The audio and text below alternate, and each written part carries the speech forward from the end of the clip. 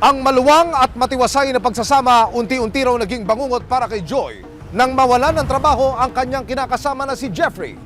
Madalas na raw kasing malango ang haligi ng takanan at dito na raw siya nakatatanggap ng hindi magagandang salita. Dahil dito, nagpasya si Joy na iwanan si Mister maging ang kanilang 3 anak pero makalipas ang 8 buwan. Nagpasya si Joy na ipaglaban ang karapatan niya bilang ina ng mga bata. Ano naman kaya ang masasabi ni X sa kanyang comeback? Sa loob ng 14 na taon, naging matiwasay ang pagsasama ni na Joy at Jeffrey. Hanggang magbunga ng 3 supling ang pag-iibigan nila. Pero, nag-iba raw ang lahat noong 2020 nang mawala ng trabaho si Jeffrey. Wala po kasi siyang trabaho, tas palagi po siyang nagiinom, naglalasing. May times po na nasasaktan po niya ako.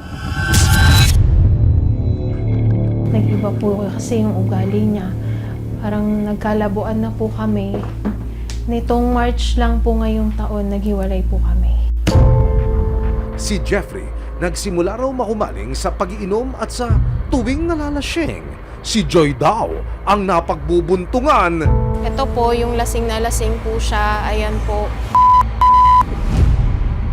May trauma na po ako sa kanya. Ayon pa kay Joy, naging mapanakit din daw si Jeffrey sa tuwing nagtatalo sila. Pumasok po ako na may black eye po ako kasi sinuntok niya po ako dahil sa pagsiselos po niya na wala naman pong katotohanan. Hindi na raw niya kaya ang sinasapit sa kamay ng kinakasama, kaya nagpasya si Joy na umalis sa kanilang bahay noong Marso 2024 at iwanan si Jeffrey maging ang kanilang 3 anak. Paulit-ulit lang naman po yung mangyayari, Mami. May trauma na din po kasi ako, Ma'am. Pero sa loob ng 8 buwan, nilamon daw si Joy ng pangungulila para sa 3 anak. Ano po ang gusto niyang mangyari? Gusto ko po na nasa akin po yung mga anak ko po. Miss na miss ko na po sila. Sinubukan daw ni Joy na i-message si Jeffrey para mabisita niya ang kanyang mga anak. Pero imbis na pagbigyan, tinakot at hinamak pa raw siya ni Jeffrey. May mga times po na naiisip ko po na puntahan ko po sila, itatakas ko po. Yung parang ganun po para makasama ko na po. May mga death threats po kasi na ginagawa din po yung asawa ko. Nagchat-chat po siya na papatayin kita. Hindi mo ako kilala, Joy, papatayin kita. Sa pag-asang masilayan man lang ang kanyang mga anak, November 18, 2024, kasama ang resibo, nagtungo si Joy sa lugar ng dati niyang kinakasama. Wala pang 10 minuto, isang pamilyar na muka ang agad niyang nakita. Nasa tabing kalsada ang kanyang biyanan at may kasamang bata na nakatalikod. Maya-maya pa, humarap ang mga bata. At nabuhayan ng loob si Joy nang makita ang kanyang panganay. Anak mo yung dalawang yan? Yung nakamarok na po. Dumulog si Joy sa Violence Against Women and Children Office o Barangay Vauci ng Manila para matulungan siyang kausapin ang tatay ng kanyang mga anak. Gusto ko po makuha po yung mga anak ko. Okay. May karapatan ka makuha yung mga anak mo. Sa ilalim ng batas, kapag hindi kasal ang mga magulang, nasa biological mother dapat ang bata hanggang maabot niya ang edad na 7 taong gulang. Pero bago maglabing 8 taong gulang, may karapatan na raw ang bata na ilahad kung kanino niya gustong sumama. Gayunpaman, kailangan pa rin ng masinsinang pagsusuri ng mga social worker para i-assess kung sa nanay o tatay ba dapat tumira ang bata. Sige, pupunta ako.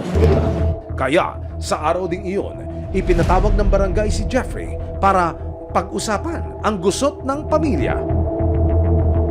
Maya-maya pa, dumating na rin ang dating kasintahan ni Joy na si Jeffrey. Ilang saglit pa, naging mainit na ang usapan. Gusto ko ibigay sa kanya. Sa akin kagawad ha. Hindi ko pa po nakakausap yung mga anak ko. Hindi ko tinatago yung mga anak ko sa kanya, pinibigay ko sa kanya. Sabi ko, kung gusto mo makita anak mo, dalawin mo. Wala namang masama. Nang maungkat ang mga akusasyon ni Joy na sinasaktan siya ni Jeffrey, Nabuhatan ka siya ng kamay pero hindi naman grabe. Parang amba-ambaw lang ako. Ano? sa kalagitnaan ng kanilang pag-uusap, aba, si Mami ang hinihingian ni Daddy ng sustento. Ang nanano ko lang, i-apple ko lang sa kanya, yung sustento ng mga bata. Bigyan ko. Kahit grocery lang. Bakit parang nagkabalik na dyan? Hindi, ako, kahit nagka-runner naman ako sa kanila na nabibigyan ko naman yung mga anak ko, napapakain ng mga kuya ko, nanay ko. Sa akin naman, pag sumawad ka, bigyan mo naman yung sustento ng mga anak ko. Tatlo anak kong iniwan mo sa akin. Bakit ako magsusustento, Jay? Yung anak mo yun eh. Tatlo yun eh. Paano kung magsusumikap kung magsusustento ako? Ikaw nang sabi, di ba? Sustento Hindi na lang ko ako ginawa magagawa. kasi gusto kong magkatrabaho ka. Kaya ko naman magtrabaho, Joy. Okay lang. Matapos ang harapan ng dating magkasindakan, ipinatawag ng barangay VAUSI officers at social workers ng District Social Welfare Office sa mga bata para magkaroon ng inisyal na evaluation at assessment.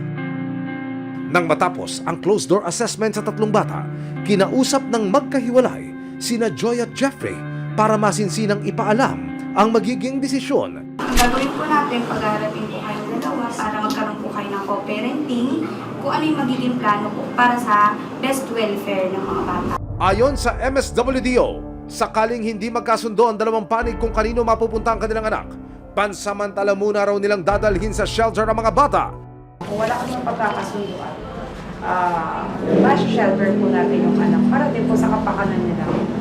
Dahil sa mga natuklasan ng District Social Welfare Office sa mga saalubin ng mga bata, inirekomenda nilang kay Jeffrey muna maninirahan ang tatlo nilang anak. Explain lang din namin sa iyo, mami, kung bakit hindi namin agad kayang ibigay sa inyo.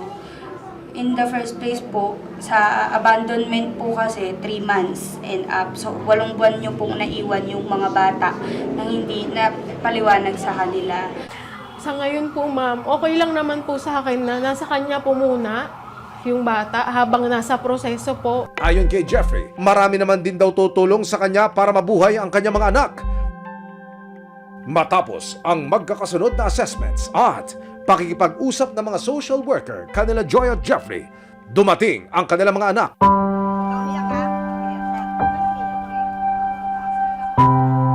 Makalipas ang mahigit kalahating taon,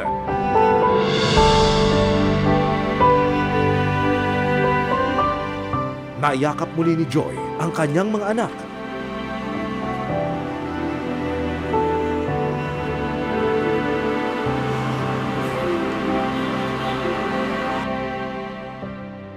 Ayon naman kay Joy, pinagsisisihan man niya ang araw na iniwan niya ang kanyang mga anak, rerespetuhin daw niya ang desisyon ng mga social worker.